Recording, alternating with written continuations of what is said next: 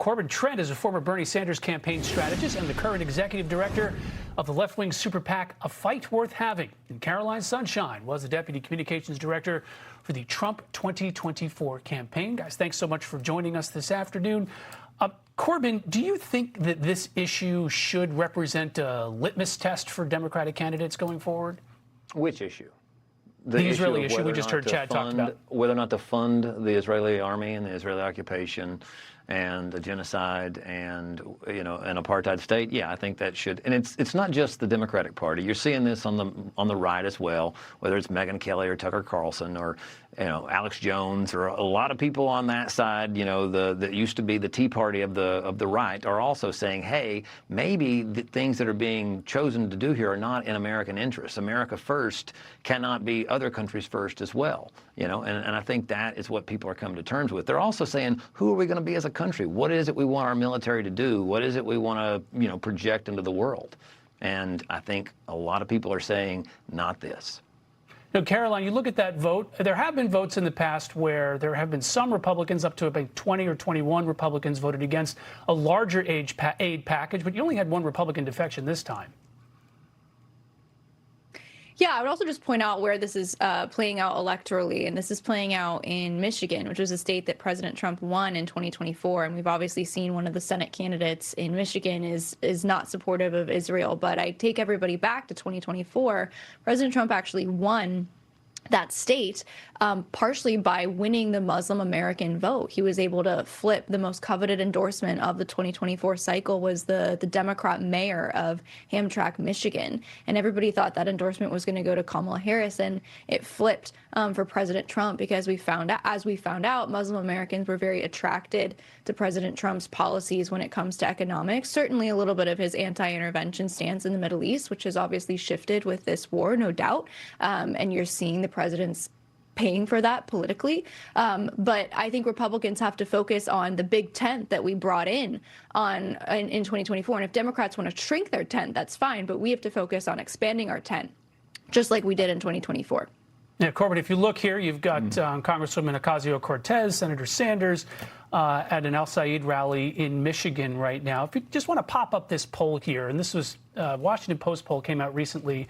Look at the top issues that Americans are focused on going into the midterm elections, and the economy in general, 24% immigration, high prices. Iran, Israel, and other foreign policy, kind of all the way at the bottom there at 4%. Do you think there has been, and whether it's the fault of Democrats or Republicans or whomever, but do you think that this is an issue that is dominating too much of these political campaigns right now? I mean, I don't think that it's dominating too much of the primaries. I mean, for what, you know, this is a big part of what primary voters want to see, and I think it ends up being a litmus test or an indication of other elements. Are you going to be swayed by influence and money and power to do something that's not in the interest of the American people, that's not in the interest of America's moral standing, moral high ground? And, you know, I think that's how this is becoming such an important issue to Democratic primary voters. And we'll see how that bears out. You've got Wesley Bell, as we saw in the run-up to this, that's going up against Cori Bush. August the 4th, I believe, is when that primary is. There is an opportunity for Democrats, Republicans, everybody to say, hey, we're going to try to start limiting the amount of undue influence that Israel has in our politics, in our war decisions, and in the way we conduct ourselves in terms of spying on our own citizens and the like. And I think that that is a healthy argument to have. Now, Caroline, going now to the DSA platform, this was a call, a policy call, a planning call that DSA members had on essentially what their platform is and what they're looking for in their candidates. Take a listen. We could call it the head honcho of whatever, you know, like it's like we might not have a president, but what we should have is an executive that's actually chosen democratically and is accountable to the representatives of the people. Here we say very clearly, like, abolish ICE. We have a feminism section that is trans-liberatory and also socialist feminist. I think it sounds so radical, like abolish the Senate, abolish the Supreme Court, like et cetera, but it's not. Why do we have a Senate? Like a lot of people are going to see that and they'll be like, wait a second, why do I have a Senate? Like, what's so great about the Senate? Now, Caroline, I would imagine that every Republican operative is going to try to attach every Democratic candidate to that over the next few months, right? Yeah, you always have to look at the macro forces that are driving American politics. One of the forces is that too many Americans perceive that the gap between the haves and have-nots is getting too big. And when Democratic Socialist candidates speak about that gap, you see them do very well. When they talk like how you just saw on that screen, they don't. Because most Americans, sure, want to feel like life is more affordable, but they don't want to abolish the Senate. They don't want to abolish ICE.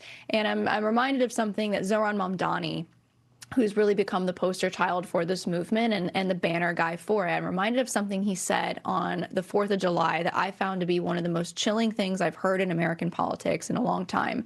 And I didn't feel like it got the attention that it deserved. In his 4th of July speech, he said, "America is exceptional because in America, direct quote, nothing is fixed into place." And Mamdani's a lot like Obama. He's very deliberate in his language. He picks words specifically. Nothing is fixed into place. That's exactly what he means. He means those inalienable rights that we enjoy in the Declaration of Independence, your right to life, your right to your own life, your right to liberty, your own freedom, your right to pursue your happiness. That's all not fixed. That's all not guaranteed in his worldview.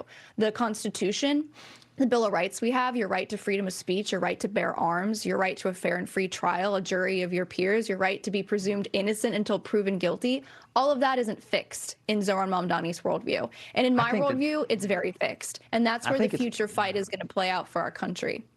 So nothing is fixed in place. I'll take him at his word. Corbin, when you look at the platform here, and a lot of Democrats, DSA Democrats, left-leaning Democrats talk a lot about reviving a New Deal, a new 21st century New Deal. But then there are also discussions of getting rid of the presidency and the Senate and creating a parliamentarian system. I mean, when you look at this platform, does this speak for the left-leaning candidates that we're seeing now? Or, I mean, is this just the DSA kind of going off on its own thing and isolating themselves? Or is this what they're running on too? I think that it's very, just like the Tea Party had some very extreme views, right? The Tea Party had, and I think Grover Norquist said that we want the government to be small enough that we can drown it in a bathtub. He literally said that he wants the government so small that it can be drowned in a bathtub. People didn't find that to be scary or troubling.